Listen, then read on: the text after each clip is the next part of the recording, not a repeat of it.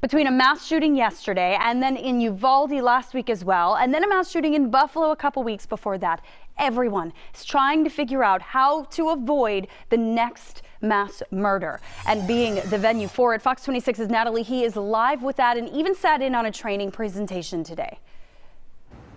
That's right, Caitlin. Crime Stoppers of Houston hosted one of those active shooter trainings today. That presentation focused on teaching folks how to survive in an active shooter scenario. And all this is coming as state officials face mounting pressure to do more to keep kids in school safe.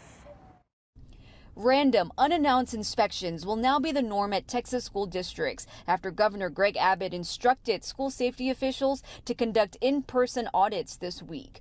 The goal is to pinpoint which schools have weak access points for intruders. The order coming a week after 19 children and 2 teachers were killed at an elementary school in Uvalde. We've educated roughly 11,000 people in the greater Houston area and across the state of Texas. On Thursday, Crime Stoppers of Houston, in partnership with JetBlue, presented active shooter training to its staff and local law enforcement. The information coming from mass shooting survivors like Christina Anderson from Virginia Tech. The psychology behind an active shooter event is that if you've never in your brain thought about what you would do, those pathways for action are not created in your brain, and therefore you will likely freeze. Analogy of run, hide, fight, and being aware that they're talking about being aware of at least 2 exits everywhere you go. My mom was a substitute teacher for years and years. She would call me like every other day.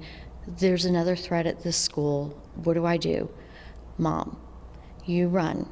First, if you can't run, you hide. And if you can't hide, then you fight for your life.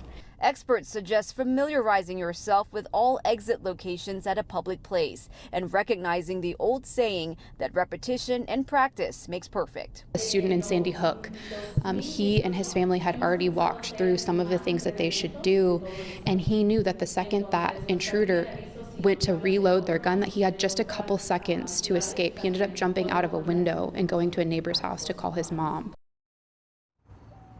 Now, that active shooter training is offered free of charge to communities. It can be offered in person or virtually. So if you are interested in booking this, we'll be sure to include a link on our web story at fox26houston.com. In Southwest Houston, Natalie Hee, Fox 26 News.